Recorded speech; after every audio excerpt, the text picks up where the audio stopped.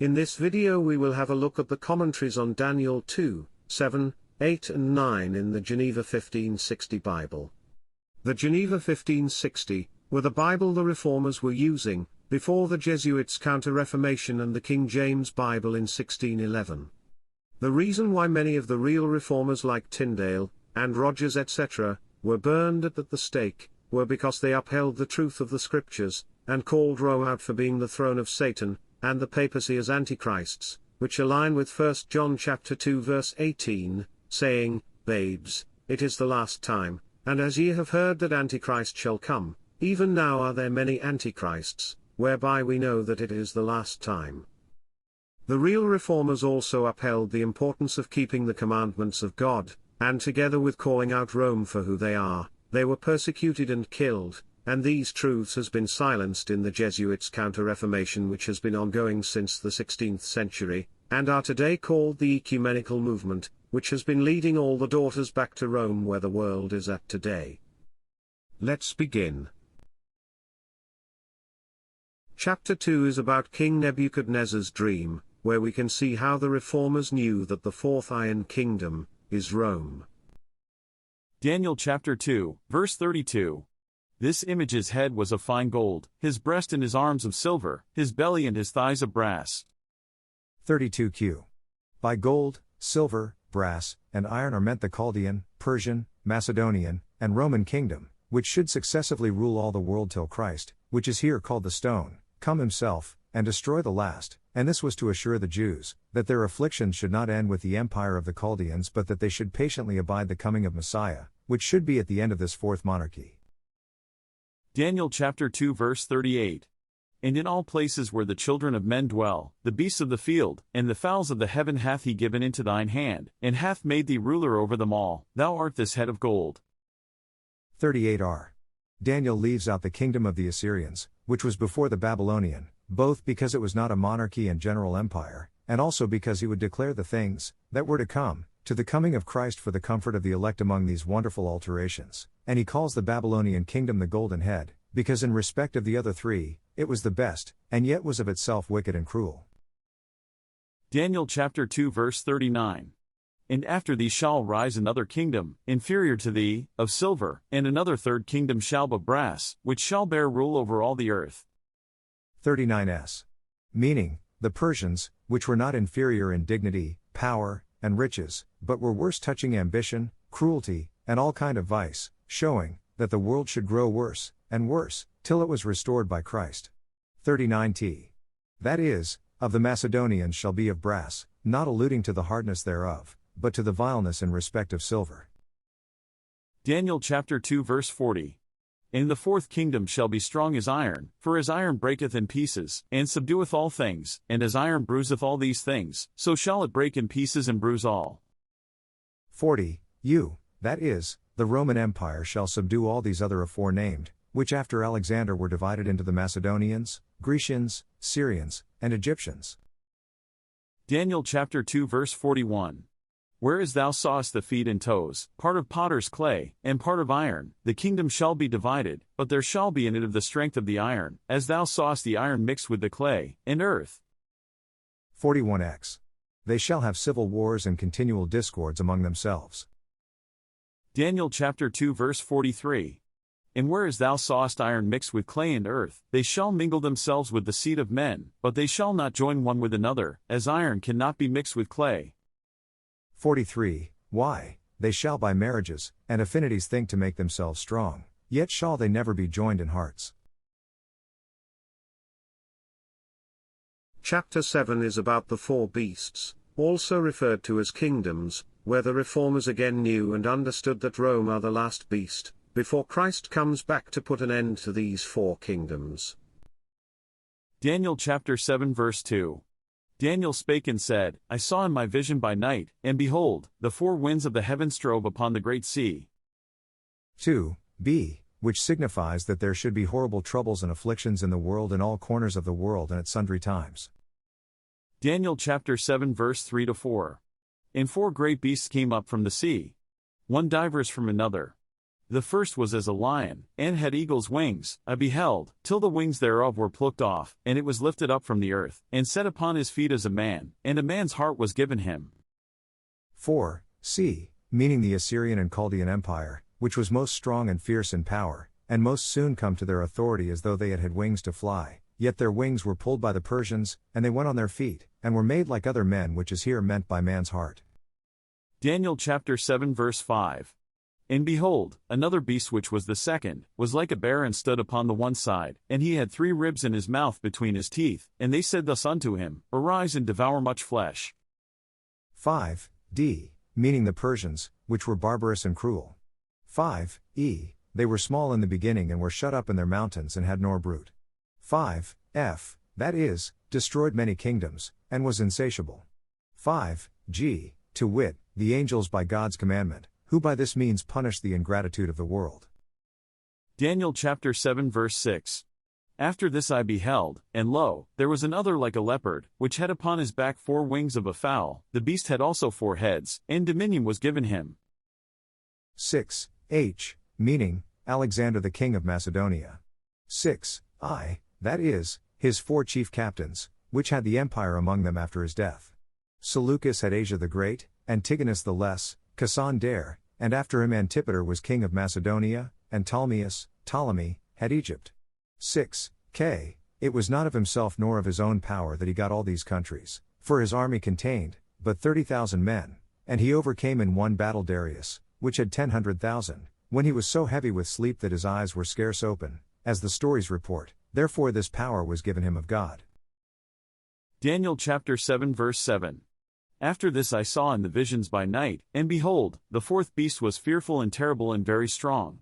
It had great iron teeth, it devoured and brake in pieces and stamped the residue under his feet, and it was unlike to the beasts that were before it, for it had 10 horns.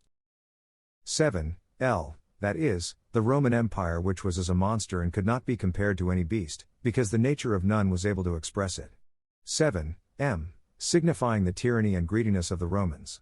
7. N. That which the Romans could not quietly enjoy in other countries, they would give it to other kings and rulers, that at all times when they would, they might take it again, which liberality is here called the stamping of the rest under the feet.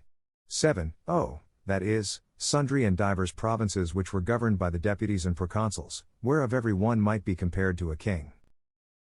Daniel chapter 7 verse 8.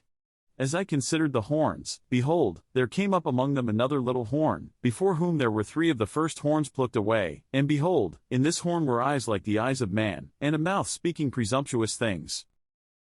8. P. Which is meant of Julius Caesar, Augustus, Tiberius, Caligula, Claudius, and Nero, and who were as kings in effect, but because they could not rule, but by the consent of the Senate, their power is compared to a little horn.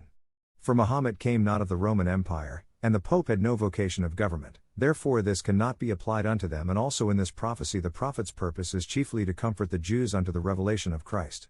Some take it for the whole body of Antichrist. 8. Q. Meaning, a certain portion of the 10 horns, that is, apart from the whole estate was plucked away.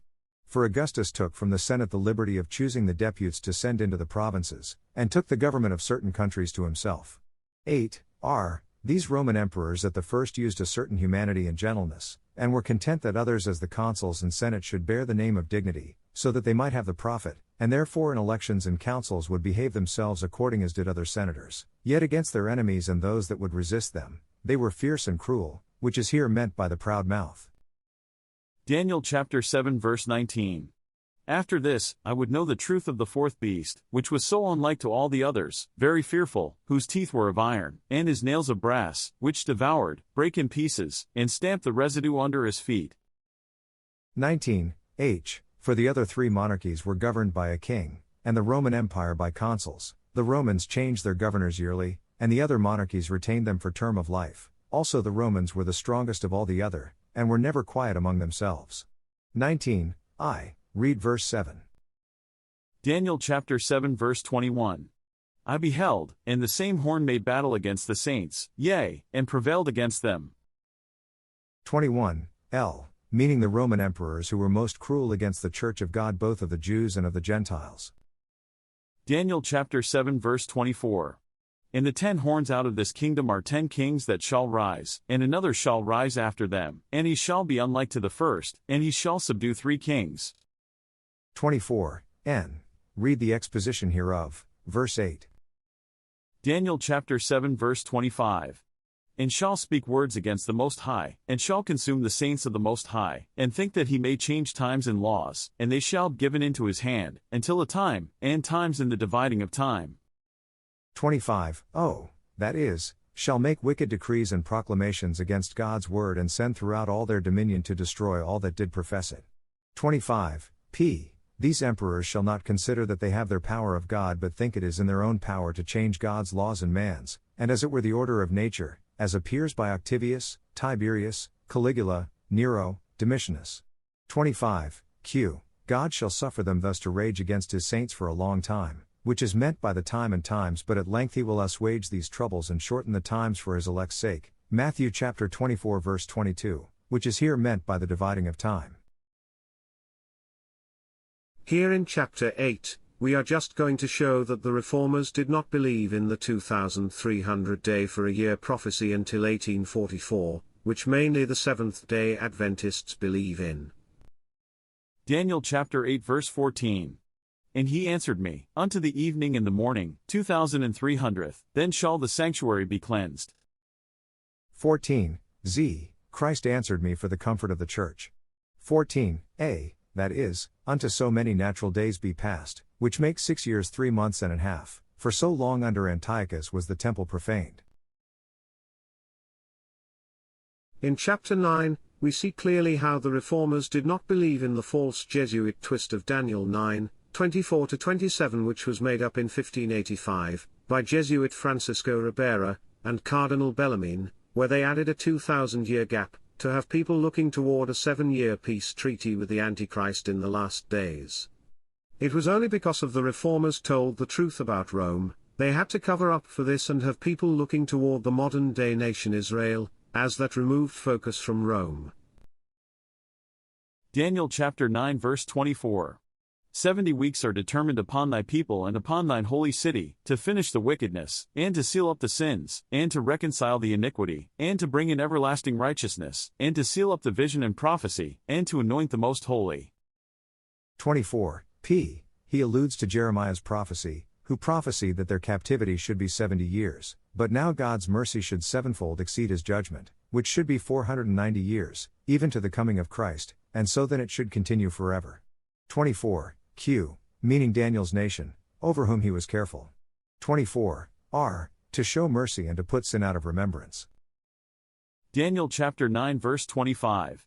Know therefore and understand, that from the going forth of the commandment to bring again the people, and to build Jerusalem, unto Messiah the Prince, shall be 7 weeks, and 62 weeks, and the street shall be built again, and the wall, even in a troublous time. 25. S. From the time that Cyrus gave them leave to depart, and these weeks make 49 year, whereof 46 are referred to the time of the temple, and 3 to the laying of the foundation. 25. T. Counting from the 6th year of Darius, who gave the second commandment for the building of the temple, are 62 weeks, which make 439 years, which comprehend the time from this building of the temple unto the baptism of Christ. Daniel chapter 9 verse 26.